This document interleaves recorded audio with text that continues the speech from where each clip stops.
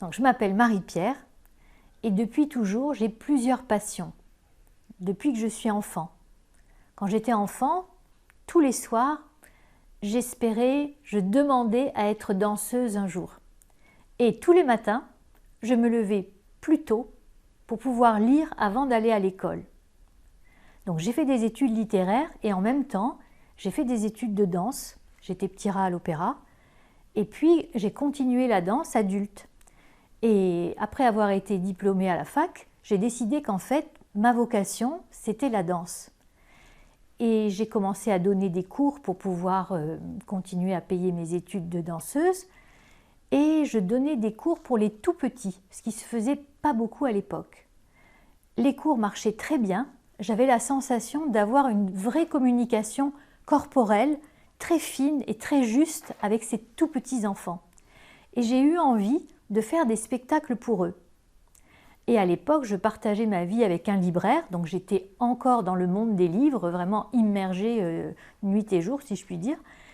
J'ai choisi des livres de la littérature jeunesse qui me semblaient porteurs de sens, qui correspondaient à des choses que j'avais véritablement envie de transmettre, de partager, de porter. Et je les ai mis en scène avec au début des danseurs et un comédien. On avait à la fois danseurs et comédiens dans la compagnie. Et puis de plus en plus, j'avais envie que le sens devienne fort dans les spectacles plutôt que la forme. Donc j'ai mis un petit peu de côté toutes ces formes de danse contemporaine et je me suis dirigée vers une forme de danse-théâtre où j'ai petit à petit formé des comédiens au mouvement plutôt que l'inverse, parce que les danseurs n'avaient pas du tout envie de parler. Et donc j'ai développé des formes un peu plus personnelles, tout en étant vraiment, en cherchant à être très fidèle à l'univers de l'auteur que je mettais en scène. Et j'ai cherché à mettre en scène des auteurs qui avaient une vision un petit peu insolente de la vie. Au début, j'ai mis en scène mon premier spectacle qui s'appelait « Comment devenir grand en 7 tableaux et quelques ritournelles » où là, en fait, j'ai plongé dans ma propre petite enfance. Je crois que j'ai réglé beaucoup de comptes avec ce spectacle. Et c'était d'après les livres de Catherine Dolto-Tolich, qui est la fille de Françoise Dolto. Et puis ensuite, j'ai mis en scène Quel genre de bisous de Nicole Claveloux, où là, c'est vraiment l'envie d'être aimé et la peur d'être aimé. Quel est le choix qu'on va faire, à quoi ça nous engage. Donc on est dans la psychanalyse. Ensuite, j'ai mis en scène les deux personnages très facétieux de Claude Ponty, Tromboline et Foule Bazar, les deux petits poussins, qui sont comme des frères et sœurs, avec une relation de complicité, mais aussi de rivalité. Donc là, c'était un regard très humoristique, avec un jeu rythmique très pointu, comme Laurel et Hardy. Vraiment, tout était dans une forme très très rythmique, très musicale, avec des musiques klezmer, des musiques de jazz. Et puis ensuite, j'ai continué avec une exploration de la relation à travers d'autres livres. Dans À tire d'aile, j'ai pris les personnages d'Yvan Pommeau, Corbel et Corbillo, où on voit une dispute conjugale et même un adultère, puisque Corbel, elle va dans une boîte de nuit avec un autre corbeau. Et donc il vient la chercher, il y a une réconciliation, il y a un pardon, il y a une acceptation, enfin petit à petit, on mûrit tout ce qu'on vit. Ensuite, j'ai monté les livres d'Émile Jadoul, où il y a différentes facettes de la vie familiale, avec les relations parents-enfants. Dans celui qu'on joue en ce moment, Le Petit Monde d'Émile, par exemple, on voit une maman, qui est une maman marseillaise, qui essaye de...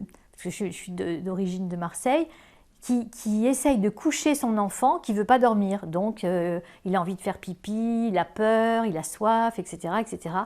Il y a un papa qui est toujours pressé le matin et qui houspille son petit, donc c'est l'histoire du bouc, qui lui dit toujours « Dépêche-toi, je compte jusqu'à 3, dépêche-toi de te lever, dépêche-toi de prendre ton petit déjeuner, je suis en retard pour le bureau. » Bon, ça c'est le quotidien des enfants. Et puis ensuite, j'ai travaillé sur Léo Lionni, donc un grand classique de la littérature jeunesse, là encore, qui a des œuvres qui paraissent un petit peu simples dans la première lecture, mais qui en fait ont une grande profondeur philosophique sur qu'est-ce que c'est que la vie. avec le personnage du petit caméléon qui s'interroge pourquoi il est si différent des autres. Donc, qu'est-ce que c'est que notre identité? Qui est-on? Comment on va se construire? Et c'est vraiment cette sensation de solitude intérieure qu'on a. On n'est pas la même chose que celui qui est à côté. Pour les tout petits, c'est très important. Puis tout au long de notre vie, c'est la même chose. On est tout le temps en train de se comparer aux autres, en fait. Donc, c'est accepter sa singularité. Et jusqu'au moment où on va trouver quelqu'un qui est semblable à nous. C'est la fin le caméléon qui rencontre un autre caméléon, donc qui vit exactement la même problématique.